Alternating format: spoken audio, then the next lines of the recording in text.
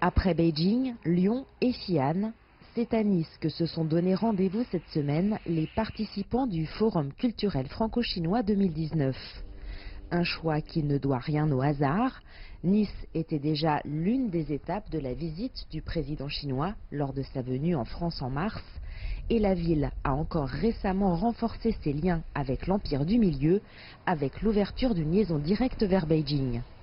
Avec cette année pour hôte le maire de Nice et des dizaines de spécialistes du monde des arts, de la culture, du cinéma et du tourisme, le forum était co-présidé par l'ancien Premier ministre Jean-Pierre Raffarin autour de la thématique de l'attractivité culturelle, moteur de la coopération. La culture est un élément fondamental de l'amitié franco-chinoise. Et donc il faut fertiliser avec les artistes, avec les créateurs, avec les autorités publiques et privées, il faut fertiliser ce potentiel qu'est la culture. Le chemin de la paix, c'est en général le chemin de la culture. Côté chinois, le forum est soutenu depuis sa création par le vice-président de l'Assemblée nationale populaire de Chine, Chen Du, francophone et francophile, qui voit lui aussi la culture comme une base de la relation franco-chinoise.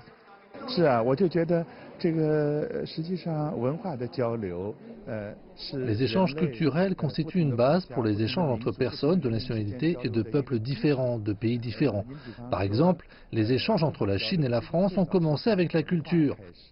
Pendant plusieurs siècles, nous n'avions pas d'échanges commerciaux et économiques. Et pourtant, les écrits de Confucius avaient déjà été introduits en France, de même pour les romans littéraires français au XIXe siècle. À cette époque, le commerce était très limité.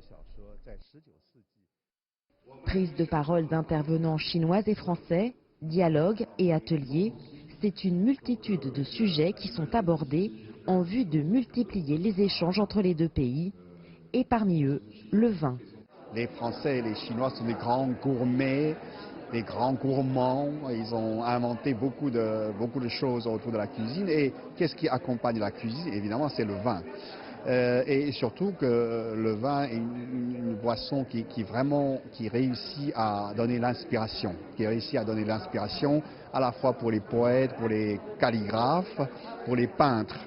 Et surtout pour les Chinois, ça représente un état presque divin, si on veut dire. Un état divin qui lui permet de sortir de la vie quotidienne trop pesante.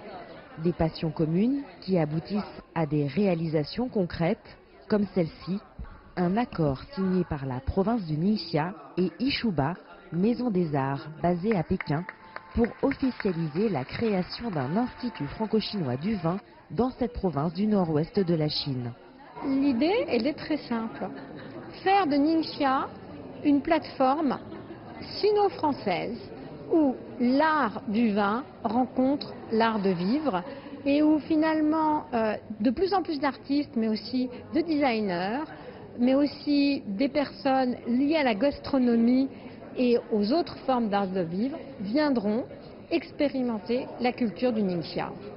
Pendant 4 jours, le Forum culturel franco-chinois permettra à des acteurs majeurs de la relation France-Chine et à des professionnels de la culture et du tourisme d'échanger et d'apprendre à se connaître à travers un dialogue ouvert.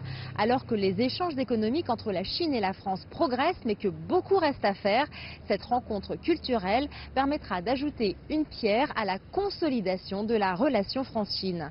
Jade Charles, CGTN à Nice.